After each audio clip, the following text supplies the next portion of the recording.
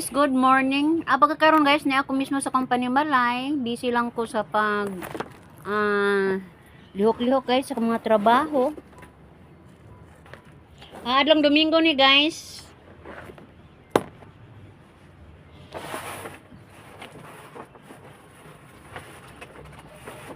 Gama ko anig mga report guys.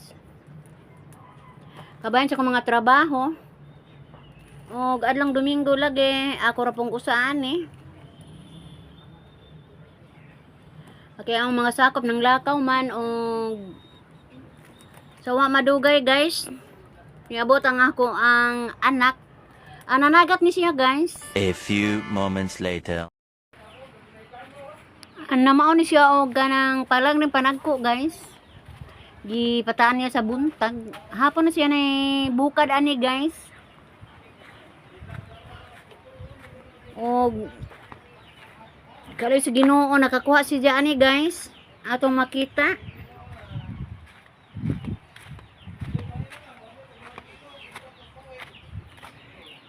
Uy, bao day na. Oh, may nagulaman kay sa isang katos. Ha?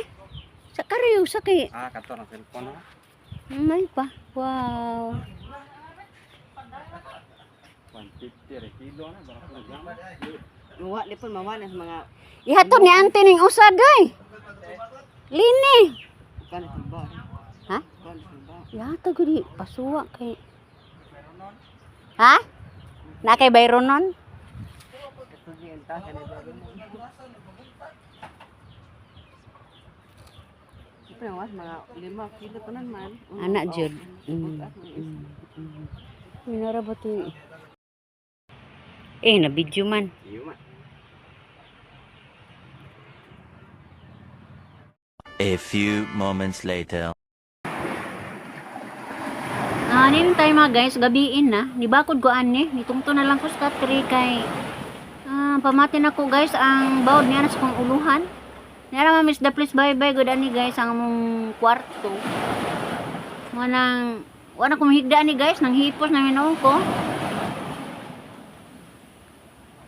Mabati nato guys ang dapis-dapis sa bawod. Among mga butang ani guys, tungtong nas mga lingkuranan. Ipanghipos na among mga konsakatri. Kinangandam na pud may ani guys, kumuabot na pud ang taob.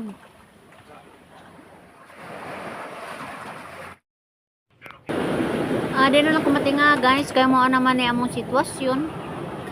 Namurag na andad-andad na naman ko ani guys, basta kay pangbutang din naman sa luwa, mabutang ani o kuha na ko yung mahimo ani guys.